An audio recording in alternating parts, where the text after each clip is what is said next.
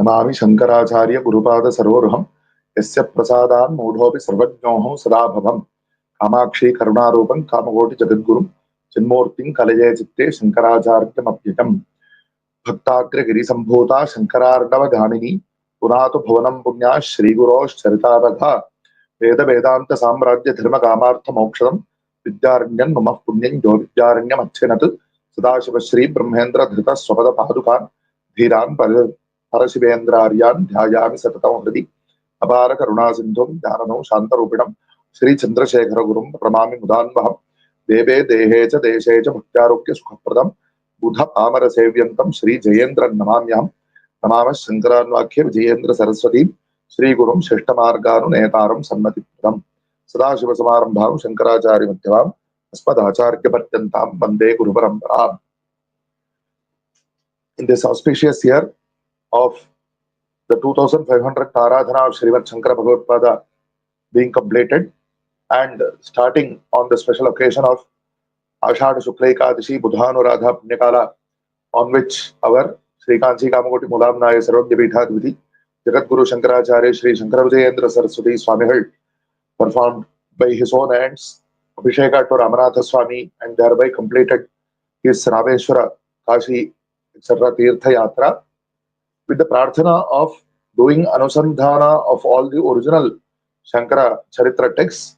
We have started this prayatna and right now we are examining the Anandagiriya Shankara Vijayam as the 13th session. Today we are going to see the Agni Mata and the Surya Mata as described in the 12th and 13th Prakaranas of this text. And this was composed by one Anandagiri, a direct disciple of Bhagavatpāda, and he has been describing the various discussions that Bhagavatpāda had with the proponents of the various matas. And most of those matas, they were quoting some Veda Vakya or mantra or some other Shastra Pramanas, but they were adding a few vachanas from unknown sources or some other sources which are in conflict with the Veda. So Bhagavatpāda has been teaching them that we have to examine the Veda fully and properly in order to understand its import, and whatever is non-conflicting with the Veda, that we can take from other sources, and through that we have to do our duties as karmanusthana, and we have to do devotion to the deity, and we have to finally attain that Advaita Sakshatkara, and only through that we can attain moksha, failing which moksha is not possible as per the Upanishad Siddhanta. And this is what Bhagavatpāda has been teaching all these people, even though there it is said Hiranyagarbha Mata Nibarhana. The word Nibarhana seems to mean defeating, but the defeating is not something that was done out of force. That we can see very clearly. And in the earlier Prakaranas, we have seen how Bhagavatpāda discussed with the proponents of Shivopasana and Vishnupasana, and also Brahma means Chaturmukha Brahma Upasakas also. And further, in this 12th Prakarana, Bhagavatpāda discusses with the proponents of Agni Mata. So, evam parihriteshu hairanyagarbheshu punaranye suhotra vitihotra kavyavahanadayaha agnimataanuvartinaha pratyavatishtante. So, from the very names, we can see that they have probably been doing this Agni Upasana since many generations, because their parents themselves have named them after the names of the Agni Devata, Vitihotra, Kavyavahana, and so on. Teja Shri Shankaracharya Midamutuho Swamin Agdireva Asmakam Devata Katham Mantravarnat. So, as mentioned earlier, most of them quote some mantra, and here they quote a mantra which is found today in the Taittiriya Brahmana, but it is used in the Somayaga as the Dikshaniya Ishtis Puranavakya, and there is an Ishti or a small Yaga procedure, small meaning about 3 hours. It is smaller compared to the Somayaga, but it is a part of the Somayaga, and it is for the Yajamana to take up the Diksha. The Devatas Agni and Vishnu are here prayed to grant the Diksha to the Yajamana. And in that mantra he quotes, there is probably a reason behind him quoting this particular mantra, because as we very well know, throughout the Veda there are so many mantras about Agni. And in fact, the Rig Vedas itself starts, the very first word is Agnim, and in the Sama Vedas, very first word is Agni. And so, and throughout the other Vedas also, we know that Agni is extolled very much. But this particular mantra is quoted by this person for one particular reason, I believe, that we can examine. The mantra says that Agni was the first born among the Devatas. And those who were born after him, among them, Vishnu was the greatest. So, in other passages also in the Veda, it is said that Prajapati created Agni first while creating the deities. But that passage is not quoted by this person, because obviously it would mean that Prajapati was somebody who was before Agni. So Prajapati is greater than Agni. It is possible. So he has chosen not to quote that particular passage, but he has quoted the passage which says that Agni was the first one. And even Vishnu, those, because earlier those who were following the Vaishnava Mata, they also had discussions with Bhagavatpāda, and they were saying that Vishnu is the greatest.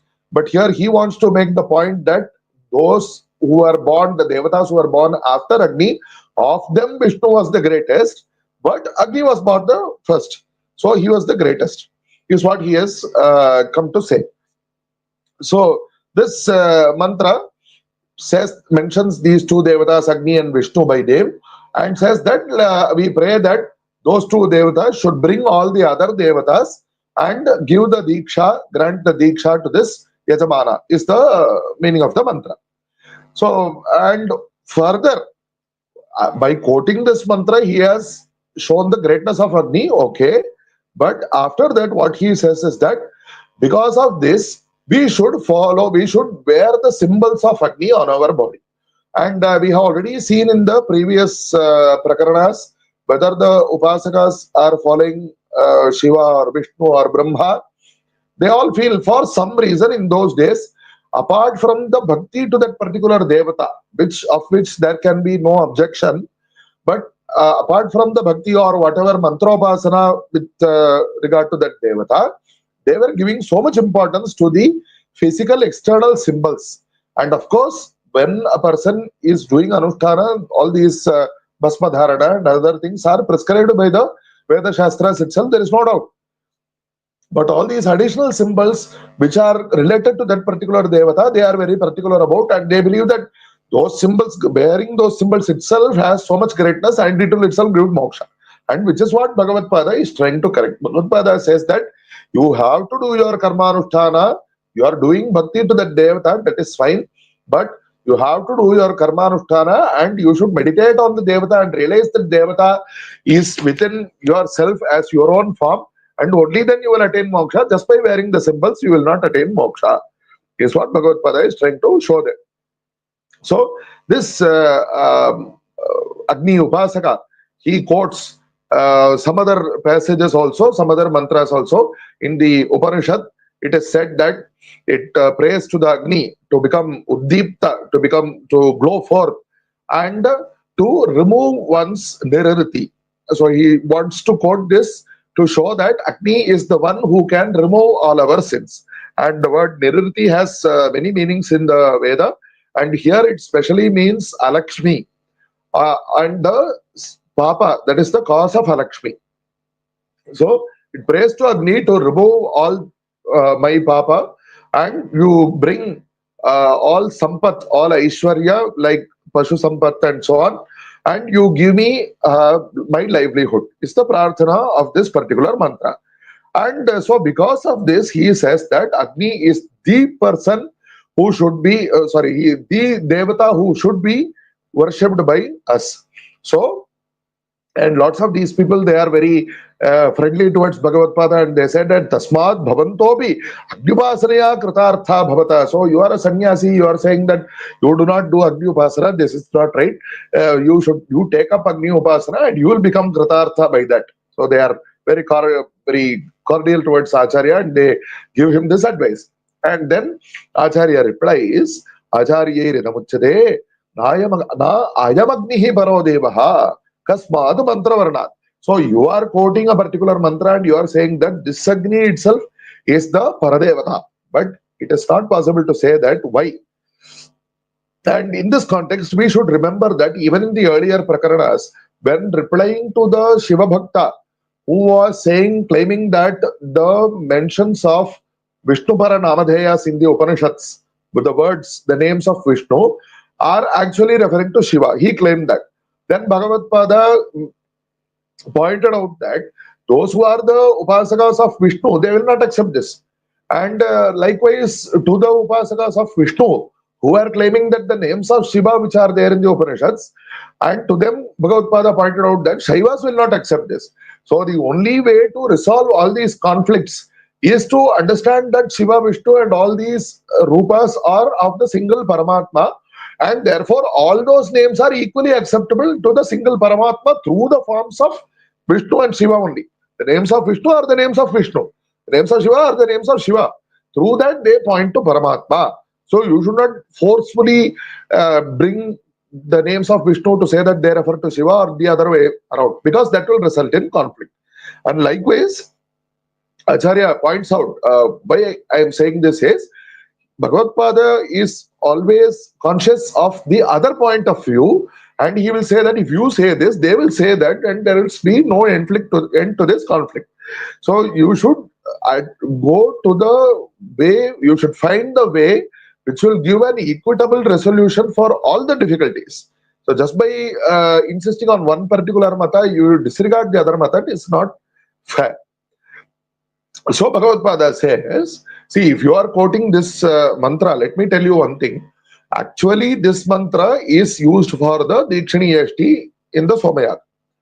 And the Rigveda Brahmana, which is itself giving the procedure of that Dikshaniyashti, which gives the usage of this very mantra, it says Agni is the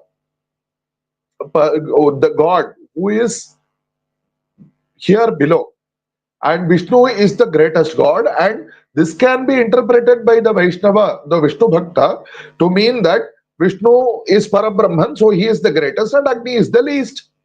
But you are saying that Agni is the greatest. So the Agdir Devanam Avamaha. Avama. What is the meaning of the word Avama is something that needs to be considered. But it is, if you say that Vishnu comes only after Agni, and therefore he is among those other than Agni, Vishnu is the greatest, then this will not be acceptable to the Upasaka of Vishnu. So actually what this means is that Agni is the Devata who is very closest to us as humans. Any other Devata, you cannot do Upasana directly, whether it is Shiva, of Shiva, you have to have a Banalinga or whatever it is, and you have to do Abhisheka, etc. to that Banalinga. For Vishnu, you have to have a Shalagrama, and you have to do Upasana to that Shalagrama. And whatever other Devatas. But for Agni, you can directly worship Agni. You can directly give the Ahuti to that Agni. This is why Agni is the closest to us. So it is said that he is the person who is here below. Below means in our world. So this is the intent of that particular Veda mantra. This is the truth. But to show that whatever the claim that person, the Agnimatavadi, says is that Agni is the greatest, is not applicable because it has this counterpoint. So it is definitely true that for those who are doing the karmanushtanas, and definitely karmanushtanas have to be done as mentioned by Acharya multiple times earlier, for those karmanushtanas, Agni has his own special great importance. There is no doubt about that at all. But through that upasana, we have to attain Chitta Shuddhi, and the prayojana of that upasana is to attain Chitta Shuddhi, and through Chitta Shuddhi, we have to acquire that Advaita Drishti. Tasmad Bhavantaha Karmadhina Matram Agnau Kritva Sarvavyapaka Chaitanya Upasanaya. So the upasana of Agni should lead to the upasana of the Sarvavyapaka Paramatma Chaitanya Swarupa and to the Advaita realization is what Bhagavatpāda has taught them. Shuddha Advaita Vrittima Shritya mukta bhavishyatha ityevam acharyaihi uktaha suhotradayah Shri Shankaracharya Jagutam Gurum Pranamya Tat Katakshat Svikrita Advaita Pratyayah Swastha Bhakuvo. So they, by the Guru Kripa Kataksha, those Upasakas, Svitihotra and others, they became swastha, or they became uh, pratisthita in their own self. And thus ends the 12th prakarana of the Anandagiriya Shankara Vijaya. And next, in the 13th prakarana, the Sauramata is discussed. Tada Tataha Purnamandala Tilakaha Rakta Kusuma Dharanaha Surya Bhaktaha Divakaradyaha Shri Shankaracharyam Idamuchuhu. So the Sauramata, actually it is given in much more detail, no doubt, because even today where we say Bhagavatpāda's Shanmata, we do not mention Agnimata there, even though Agni, definitely the Upasana of Agni is part of our Shrauta Smarta Karmanushtanas, which Bhagavatpāda also insisted upon, there is no doubt. But as the meditation and that mantra japa and that kind of upasana is concerned, Surya, as per all the Veda Shastra Puranas, he has his own special position. So that is why this Sauramata is being discussed in more detail. So those who were followers of that Surya Mata, they were wearing a big mandala, as if the mandala of the sun on their forehead, and they were wearing malas of red flowers, and by name his Divakara and others. Divakara itself is a name of Surya, that we know. They come to Bhagavatpāda and they say, Shri Shankaracharya Mitamuchuhu Swaminne Asman Matam Ananya Bhedyam. So our mata cannot be refuted by anybody else. Yataha Suryaha Sarvaloka Chakshuh Kila. So can there be any doubt or difference of opinion that Surya is the one who gives sight to all of us? So we say that Surya he is Brahma, he is Vishnu, and he is Shiva. Seva Brahmadi Swarupaha Asmat Srishti Sthiti Laya Hetu Bhutaha Seva Paramatma Bhitu Varihati. Through Brahma he does Srishti, through Vishnu he does Sthiti, and through Rudra he does Pralaya. And the Veda mantras, there are so many Veda mantras about Surya, and there is one very well known Veda mantra which we are daily saying in Sandhya Vandana. It says that Surya is the Atma of what is Jagat and what is Tasthivat. So the word Jagat, normally it is used to mean everything that is there in this world, but when it is combined with the word Tasthivat, it means the word Jagat means that which moves, and the word Tasthivat means that which is stationary. And whatever moves, whatever is stationary, Surya is the Atma of all those things, is what that mantra is saying. And so we also in Sandhya Vandana, we meditate that Surya, that Aditya is Brahma, that we are doing daily. So, and for so many other mantras, there is one special mantra, one Ashtakshara mantra of Surya, and it says that it gives three names of Surya. One is Grini. The word Grini means he who is brilliant, who is shining. And the word Surya can mean he who created the world, who is the Prasava Hetu, the creation, the cause of the creation of the world. And also because he keeps moving, Saranat Surya. And the third word, the name is Aditya. Now here again, like for Agni, we said if we accept that he was created by Prajapati, then it will not be acceptable to say that Agni was the greatest. So likewise here, Aditya, we cannot interpret this as the son of Aditi, because again it means that Aditi was there before him and she was the greater person. Then so Aditya has to be interpreted because he is the one who Adatte Rasan, who takes up all the water from the earth only to give back 100-fold.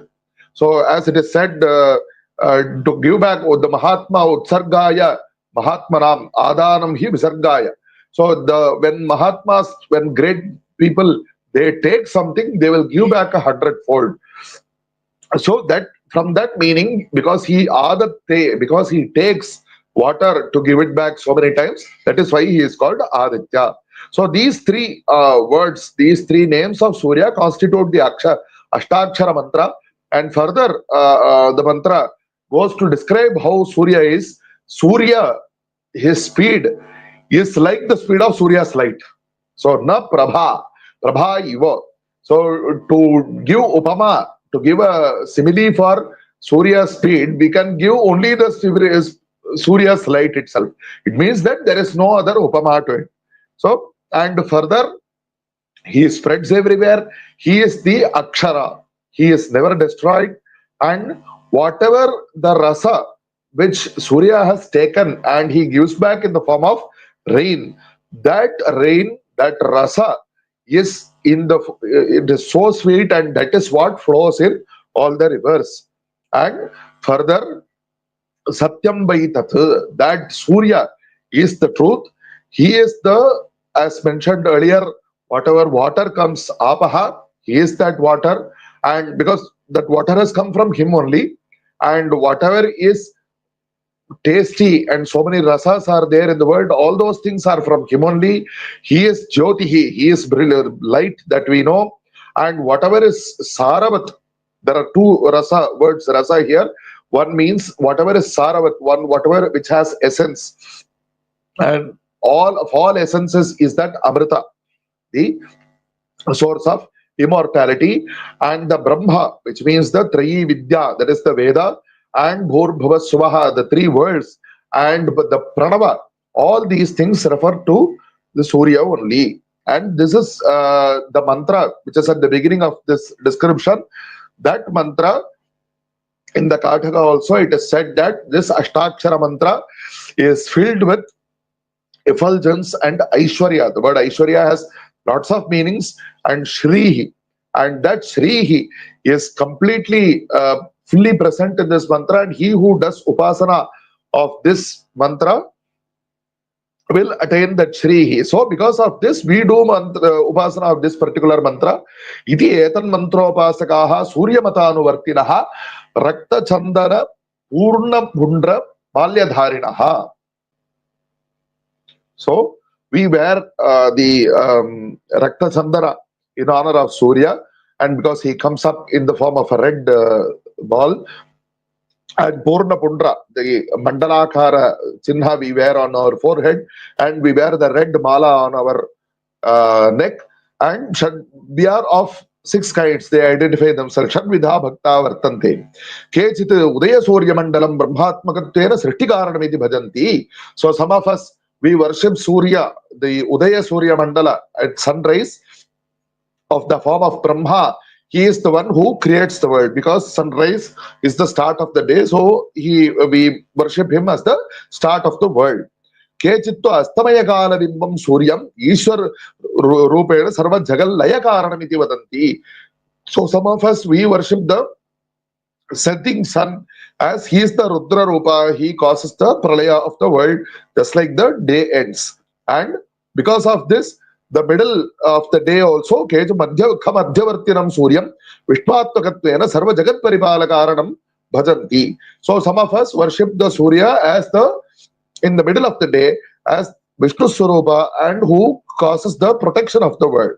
Keju Trimurti Atmakatvena. So some of us worship Surya as of all 3 forms and in all 3 types. And some people, they just see the world, the Surya, for a few moments only, and then they keep meditating. Kshanamvratanushthayinaha Tanmadhyavartinam Paramatmanam. We see Surya as Paramatma, and in the Upanishad, Chandogya Upanishad, he is described as having golden beard and mustache, and he has golden hair, and till the tip of his nails, he is fully golden. That is how he is described in the Upanishad. And whatever the description of Pundarikaksha, the lotus-eyed god, in the Upanishad itself, this particular description is given for Surya only. So because of this, Surya is the greatest. And some of us, they keep looking at Surya. Very difficult to think of what kind of vrata that can be. And they keep looking at Surya, and they do Shodashobachara Puja to Surya, and without seeing Surya, they will never take food. So, and further, lots of us, we wear the symbols of Surya on our body. Again, he goes back to that point. So whatever be the Upasana Paddhati, all of us do the Upasana of that Ashtakshara mantra, and there are so many other mantras also. There is a mantra which refers to him as Hamsaha. Hamsaha because he keeps moving, and Shuchishat because he is the one who is there in pure places, or whatever places that the Surya Rashmi falls upon, that place will become pure. So because of all this, Surya is the greatest form of God. And further, even Purusha Sukta, that Purusha Sukta also refers to Surya only. This is surprising. So normally Purusha Sukta is perceived as the Upasana of Vishnu, or in general, because it refers to Purusha in general, it is maybe referred to other Purusha Devatas, the masculine Devatas also, but he does Vyakhya of that mantra saying that it is about Surya only. He says, when it is said Sahasra Shirsha, what is the meaning of 1,000 heads? So, and it says Sahasra Aksha and 1,000 eyes, and Sahasra Path, 1,000 legs, with 1,000 heads. How many legs will be there? We cannot interpret it that way. So, it actually refers to the rays, because Surya is referred to as Sahasra Kirana. So, thousands of rays are going to above Surya. Those are like his head, so he is Sahasra Shirsha, and thousands of rays are going on either side of Surya. Those are like his eyes, and thousands of rays are coming below Surya. So those are like his feet. And so his rays spread all over the Bhumi, and he is 10 angulas away from Bhumi. How can we accept this, that he is only of the distance of 10 angulas from this Bhumi? He says that this is Brahma Manena.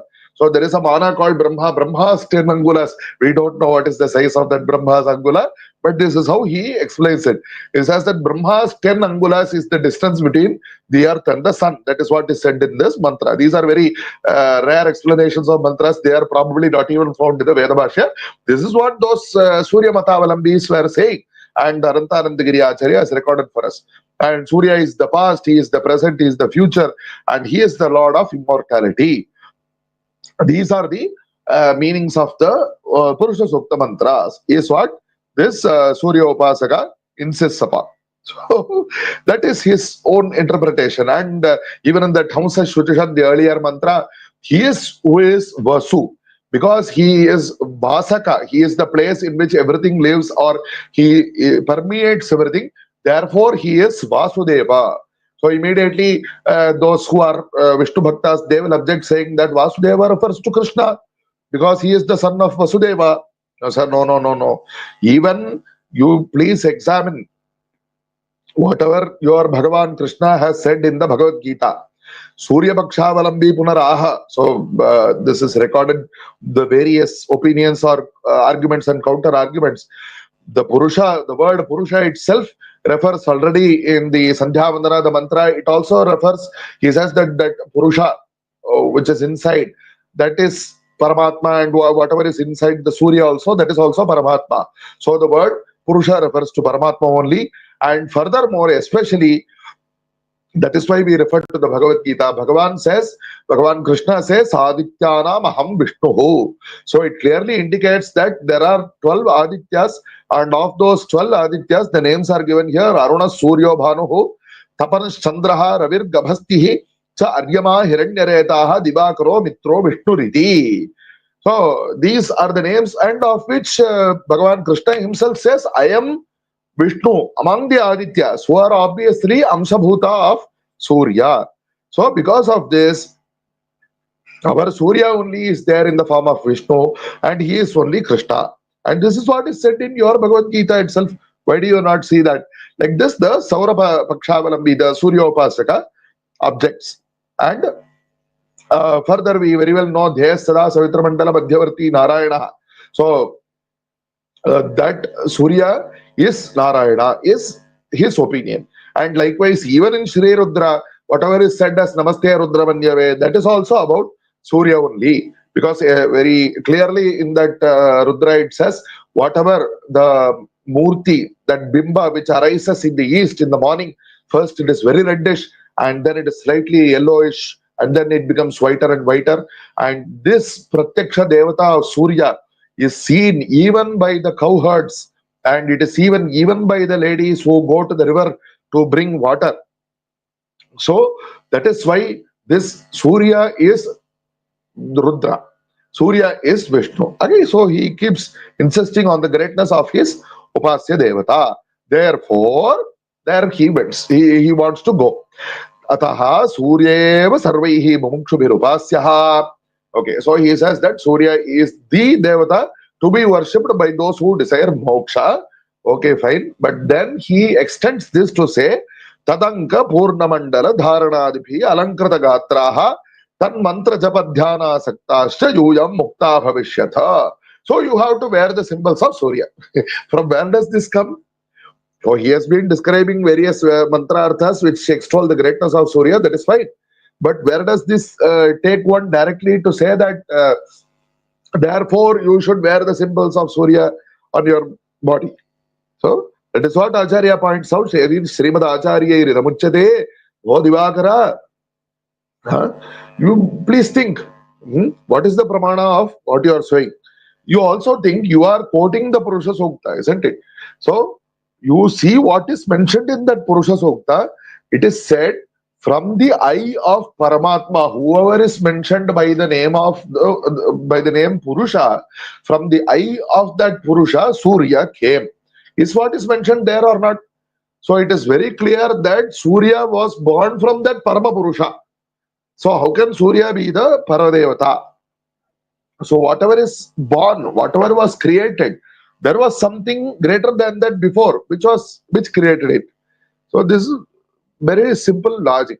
And further, Taittiriya Upanishad also says that for the fear of that Paramatma only, the wind blows, the Vayu blows, and the sun rises for the fear of that Paramatma only. Bhisha Udeti Suryaha. So all these Agni and Indra and even Mrityu, all these are subject to the control of Paramatma, is what is said in the Upanishad. So it is very clear that Surya is subordinate to Paramatma only. And further, you say that Surya's Kirana is what gives light to the whole world.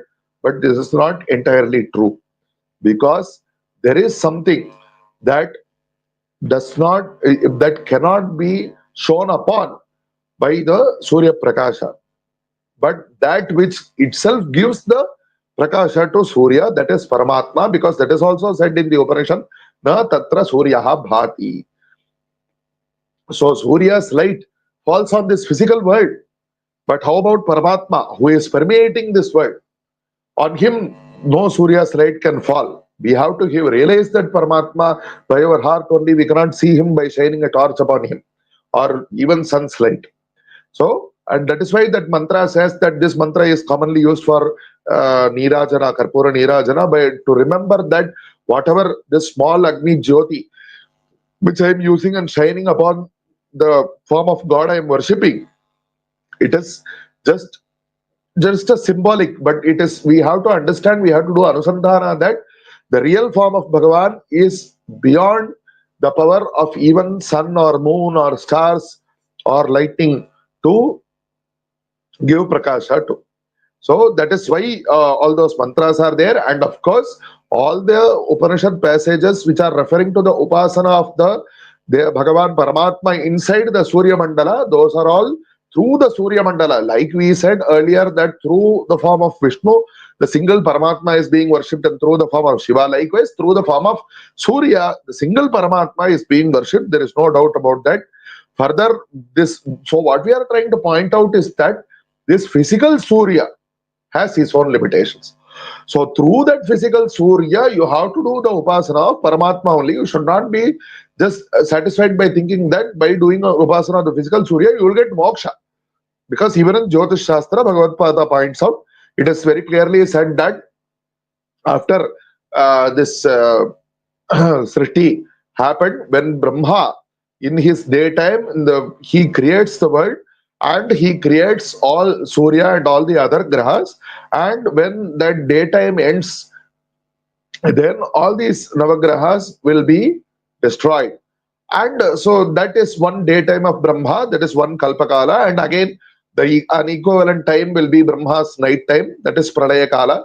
And again, the next day, Brahma's next day, Surya will again be, Surya and all the other grahas will again be created.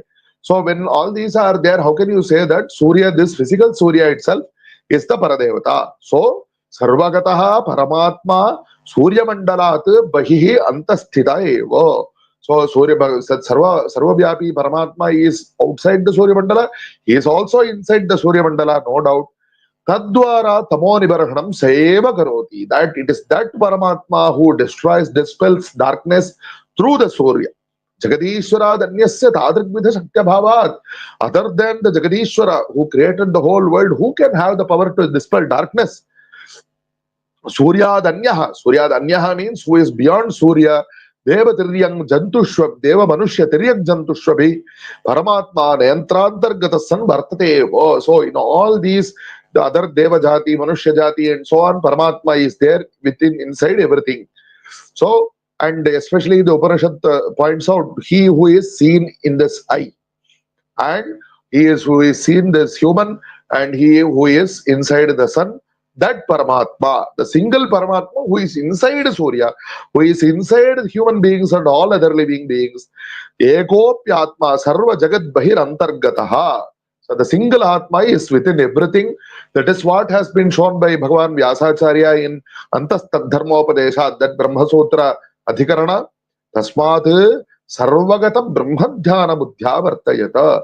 So you should meditate upon that Brahma Vastu which is permeating everything. And do not insist upon just the wearing of the symbols. So you should follow the Vedokta Shruti Smrityukta Achara, Shuddha Sampradayika Achara, and you have to do bhakti towards your Devata Surya. There is this form of Surya in which that Paramatma is there. There is no problem with that. But you have, and through that, you have to realize that Bhagavan and you, the single Chaitanya, is the truth. That is the Advaita Vidya, and through that Mukta Bhavata, Em Adyaptaha Divakaradaya Sauraha Paramagurum Natva Tat Kataksharabdha Shuddha Advaitavadina Shishya Babhu. So through this, all these Suryopasakas prostrated to Bhagavatpāda, and by the Kripa Guru Kataksha, they attain that Advaita Vidya and they become Shishyas. So we can very clearly say that there is absolutely no forcing. Bhagavatpāda simply desires to point out them how the Veda should be understood properly. So they realize, they are Upasakas, they are very well versed in the Veda Shastra, the Vidyas, but they realize that they have been misinterpreting or misunderstanding the Vedic passages. So whoever is teaching us the correct way of interpreting the Vedic passages, he is our Guru. Like that, they realized that by themselves, they have taken up Bhagavatpāda as their Guru, and by the Guru Kripa, they have attained their Purushartha. Anandagiri Krutau, Saura Mata Nivarhadan Nama Prakaranam Trayodasam. Thus ends the 13th Prakarana. And the next 14th Prakarana, there is a Guru Stuti, and after that, Ganapatya Mata and other Matas will be discussed by Bhagavat Kripa, by Guru Kripa. We will be examining those passages in our forthcoming sessions. Sarvabhyapaka Chaitanya Rupena Adhyapi Tishtati Sayeva Shankaracharyo Gurur Mukti Pradasatam. Hara Hara Shankara. Jai Jai.